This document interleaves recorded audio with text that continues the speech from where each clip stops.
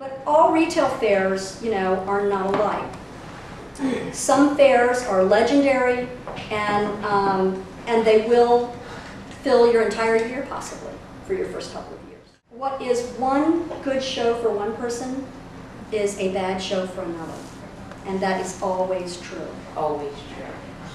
And the people that have the bad show are always loud, and the people that have the good show are always very quiet. Too busy.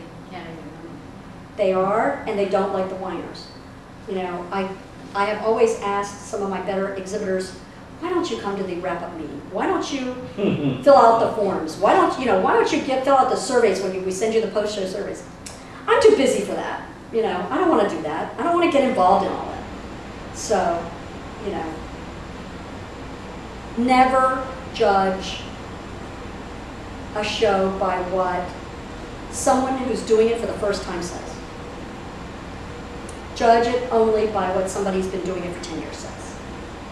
You know, someone who's really seasoned. Because how long do you think you have to do a show? I mean, what is your theory on keep doing the same show every week?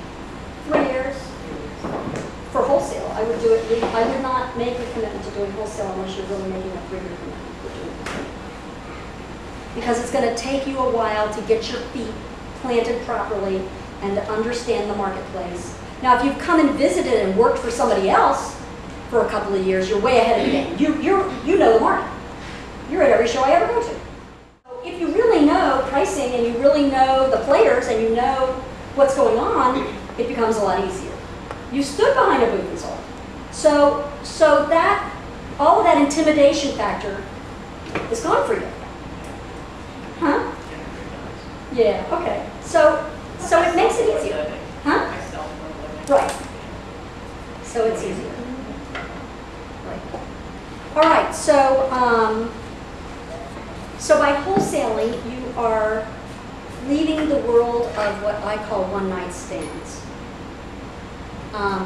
Your retail shows are all about a single sale, and your wholesale shows are all about developing a long-term marriage. So that's the difference. And if you really look at it that way, it really creates a really wonderful opportunity for you to build a business. It also helps even out your cash flow because, as we all know, retail fairs are very seasonal. Some of them, you know, are down in Florida in the wintertime, and others are up here, and they're only, the great shows are only once a year wherever they are. So you have to really plan your cash flow around them and the peaks and valleys of it. And wholesaling really does even that out for you. So you've got to be on top of time management, and you know, I don't know how many of you have embraced the left side of your brain. How many of you in this room balance your checkbook every month? Okay. How many of you, huh? I pray. You pray, okay. You don't do what I do, just keep cushioning? Yeah. Well, I do that too. Yeah. But if you are not a person that embraces new tasks easily, learn to do that. Because there are parts of this that if you don't do it, you're not going to get. I sat down with some of my best exhibitors this last week, and one of them said, I don't know what I'd do if I didn't know how to do a 200-pound booth and fly. You know, if I could not fly to a show, if I had to rent cases and do the whole elaborate booth scene, how in the world could I do that? I just can't. And so another woman said, well, I've never done that. Can you teach me how? And so, you know, everybody says, I can't do something. If you can't create a web page, or if you can't do Facebook, or if you can't do LinkedIn, or if you can't do Foursquare, or if you can't do Scavenger, or you can't do this, or you can't do that, you're putting obstacles in front of yourself. Whatever those things are, learn them. Because the faster you are at your resources, making sure that you can do what you need to do and find what you need to find quickly, the better off you're going to be, the more successful you're going to be. No small business survives in isolation. The chances of you succeeding, however, with a network is nearly 100%.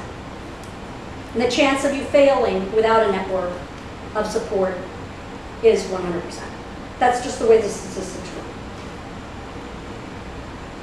Okay?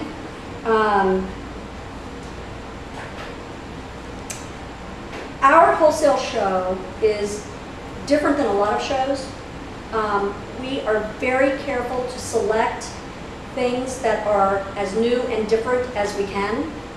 We are not selecting your work because we like it. We are selecting you because we believe you have the potential of growing a good wholesale business. Some of that is the background that you provide to us on the application. Some of that is in one slide that you provided out of 30 that you might provide. Some of it is your education. Some of it, I don't know, there are all kinds of things that go into whether or not we think you'll be successful. We do not believe in a jury process. A jury process is a beauty contest. And often, juries select derivative products and knockoff products of other designers' works, and we don't want to do that. So we get together in the office and have an internal discussion about an artist's work. Any artist turned down from our shows or waitlisted from our shows may have a conversation with me or their media representative on why they were turned down, what they can do to improve their application, and how they can prepare better. We don't believe in a blind selection system. Why do you say that juries tend to choose knockoff or derivative? Yeah. Because they don't know who's behind the work they're seeing. And why should that make a difference? Sorry, I'm lost. Because, yeah. Oh, I was thinking this. I was on a jury panel once, and you don't know that you did, the work is without names. You don't know you don't have who a it is. context. When you do a jury, it's blind. All you get to see is the images. Okay. And we were in a specific situation where there was work, and it looked For a show. so much. It was for it looked so much like another artist. We actually juried this person out. It turned out it was that artist. They just submitted different work than we had ever seen, and it looked derivative. Oh, I see. So they take out. So you don't people know. The that problem is they- you don't know. Right. And some artists submit 20-year-old slides just because they know their friends on the jury will recognize the 20-year-old slides. Oh, right. And this time, that work, submitting new slides. Worked against you, something Yeah. didn't work for you. And the problem is, it's a very difficult system. I mean, there's some things about it that are great because people that wouldn't normally get a chance, Right. get a chance. But the non-jury system can often get all the people, all the names, get in, Yeah. and the new people, it's hard to get in. So there's that Yeah. side. I mean, there's an argument for both There's sides. also a problem right now that you don't even know whether you're looking at something that's digitally created or a real object.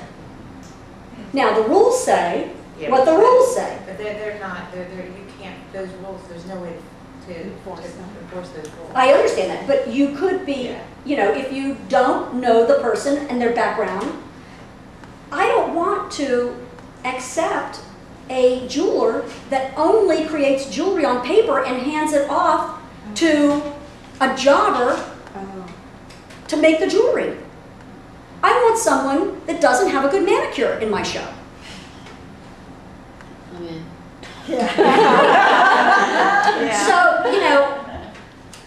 So the reality is, if you don't have any education background, or any mentors, or any friends that I recognize, that stuff could be coming from China, it could be coming from anywhere, and you may not have bench skills. I don't want that. A jury does not let you filter that way.